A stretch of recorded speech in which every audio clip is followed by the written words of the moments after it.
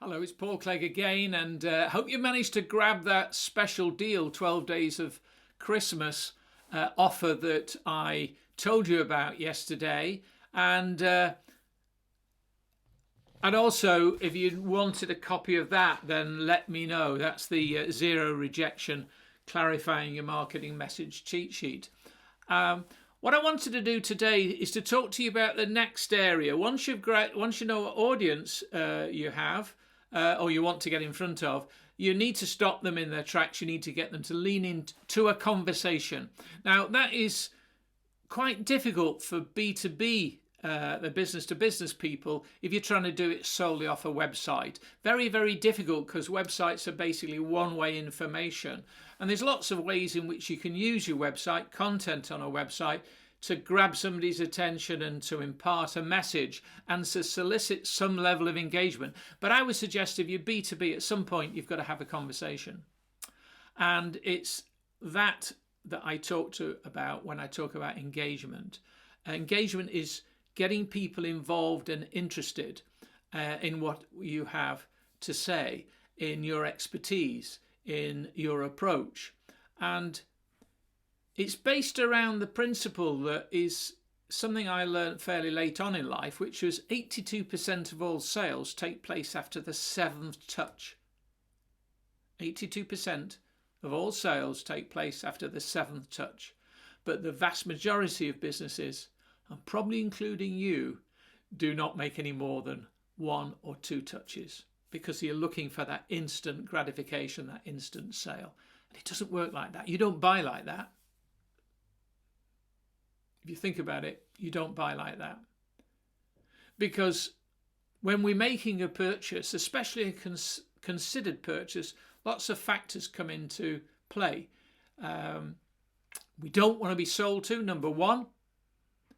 We want to be helped to buy. In other words, we want to connect with somebody who seems to understand the problem we're facing, the unique problem we're facing, and seems to have the expertise and the wherewithal to help us get from where we are now to where we would or should or deserve to be. Somebody that can ask the right questions to know what it is that stopped them from getting from A to B on their own. What is it that stopped them when they've tried to work with other people? What are the fears? What are the challenges they face? And trying to put yourself in those shoes, show empathy. So that's the challenge, that's what buyers want. So we need to think like buyers. And engagement, as far as I'm concerned, is having that rapport ideally. But before that, because we know that people are researching companies before we even speak to somebody, it's thinking, how can I use content to build up my reputation, my expertise, my personality or understanding of the situation? How can I use content? And a lot of people don't use it, in my view, in the right way. They talk a lot on their website about what they're selling. They're talking about what they're doing. And that's not what people are interested in. Nobody's interested in what you do. They're interested in what they're left with after you've done what you do. So they want to read copy. They want to listen and talk to somebody who is on their side, not on the selling side. And somehow I think a lot of people that really don't enjoy sales or even marketing try and become salesmen and marketing people and saleswomen.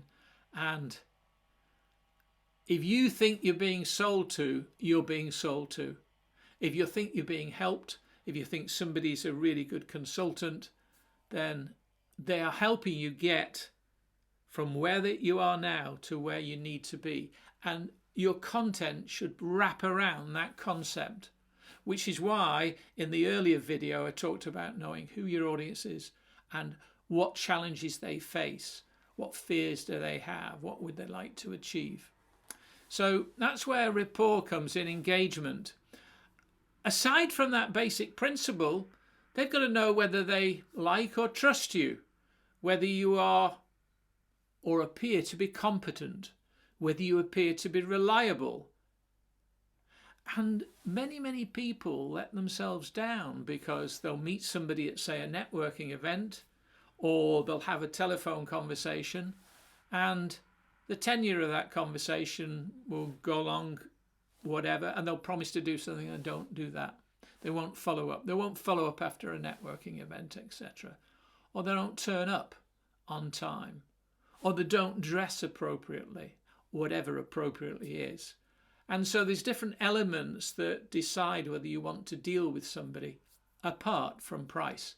The trouble is many people think it's all about price, and it's not. We are more than prepared to pay that bit extra for something if we see extra value in that choice. So I hope in some way that's a little bit of a taster of the sort of way in which we think on Marketing Crew. And of course, when it comes to engagement, there's a whole series of meetings we've had where we recorded the responses and the experiences that other businesses like you have had, and you can get access to that 12 days of Christmas just by clicking a button somewhere on this page and grabbing it. That's you'll get access to it for until the end of January. I've only called it 12 days of Christmas because I'm going to run the promotion up until Christmas, and it's £12. So you get 30 days access for that. But what is more important, it's having a conversation with myself for me to find out a little bit more about your business and what journey you're on, because I do recognise that everybody's different. And I wouldn't for a minute assume that I know anything about your journey, your challenges, or where you've got gaps in your marketing that we know I can help you with. When I know that, I can then give you some pointers. We can discuss some solutions, but moreover, I can point you to where in all that content that you've got access to, you can get the answers, and all for £12. What's not to like? I actually feel like Father Christmas. Hope you found that interesting. Tomorrow, I'm going to talk about the sale itself. And in my experience of working with small businesses for well over 20 years, I've realized that the vast majority, when it comes to sales, they wince a bit. And that's probably because they've been subjected to some poor selling in their background, in their past. And sales is a delight for those people that don't like to sell when they know how it should be done. And I'm going to be talking about some of those secrets tomorrow. All the very best.